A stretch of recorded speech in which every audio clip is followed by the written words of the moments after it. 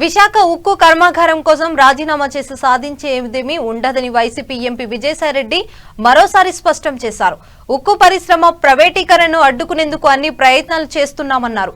రాజీనామా చేసి ఏం సాధించామని ఆయన ప్రశ్నించారు.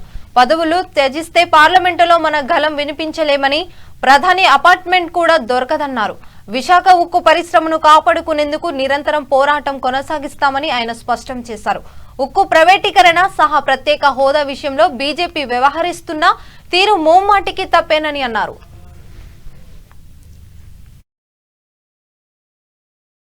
రాజీనామాల గురించి మాట్లాడతారు.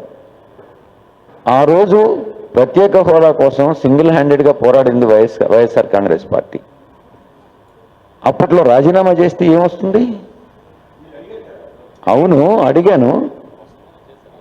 అప్పటికి అయ్యా నువ్వు పోరాటం చేయలేదు, నువ్వు రాజీ పడుతున్నావు, నువ్వు ఆంధ్ర రాష్ట్ర ప్రయోజనాలని దెబ్బతీసే రకంగా, ప్రజల మనోభావాలను దెబ్బతీసే రకంగా నువ్వు ప్రవర్తిస్తున్నావు, నువ్వు సీఎం సీట్లో కూర్చునే దానికి అనర్హుడివి, నువ్వు రాజీనామా చేయమని అన్నావు. మీరు దాన్ని ఇంటర్ప్రిట్ చేసే దానిలో ఉంది. మీరు ఏ రకంగా అర్థం చేసుకుంటున్నారో నాకైతే అర్థం కావట్లే.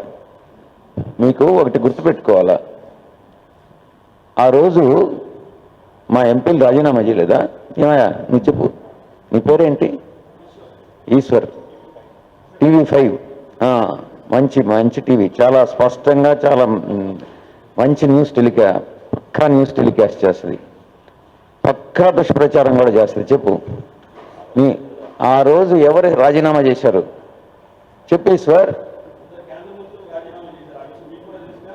ఇంకా ఎవరు చేశారు? కేంద్ర రాష్ట్ర మంత్రులు దేనికి రాజీనామా చేశారు? భారతీయ జనతా పార్టీ నుంచి బయట వచ్చి. దేనికి? రాబోయే ఎలక్షన్స్లో భారతీయ జనతా పార్టీ రాదు, థర్డ్ ఫ్రంట్ ఏదో వస్తుంది, తిరిగి మళ్ళీ థర్డ్ ఫ్రంట్తో జాయిన్ అయ్యి మళ్ళీ కేంద్రంలో అధికారంలోకి వస్తాం రాష్ట్రంలోనని స్వార్థపూరితంగా రాజీనామా చేశారే కానీ ప్రత్యేక హోదా కోసం చేయలే. అందుకే TV5 ఆ పరిస్థితిలో ఉంది, ఇటువంటి ట్విస్ట్లు టర్న్లు చేసేదాన్ని వాళ్ళ. నెక్స్ట్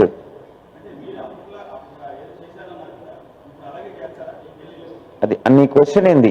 ఏదో చేశారన్నది చాలా స్పష్టంగా రావాలి. క్వశ్చన్ అనేటటువంటిది TV5 ప్రసారం లాగా ఉండకూడదు, స్పష్టంగా ఉండాలి. క్వశ్చన్ అన్నటువంటి ప్రశ్న అన్నటువంటిది నువ్వు స్పష్టంగా ప్రశ్న వేయి, నేను సమాధానం చెప్తా.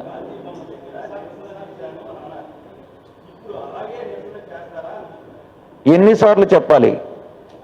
నీకెన్నిసార్లు చెప్పాలి ఈశ్వర్? 25 కిలోమీటర్ల పాదయాత్ర చేసింది నీ కోసం కాదు, ఆంధ్ర రాష్ట్ర ప్రజల కోసం. చంద్రబాబు నాయుడు కోసం కాదు, ఆంధ్ర రాష్ట్ర ప్రజల కోసం. ఈరోజు ఏ రోజైనా ఆంధ్ర రాష్ట్ర ప్రజల ప్రయోజనాలను కాపాడేదానికి TV5 లాగా రాజీ పడ్డం కాదు, పోరాటం సాగిస్తాం.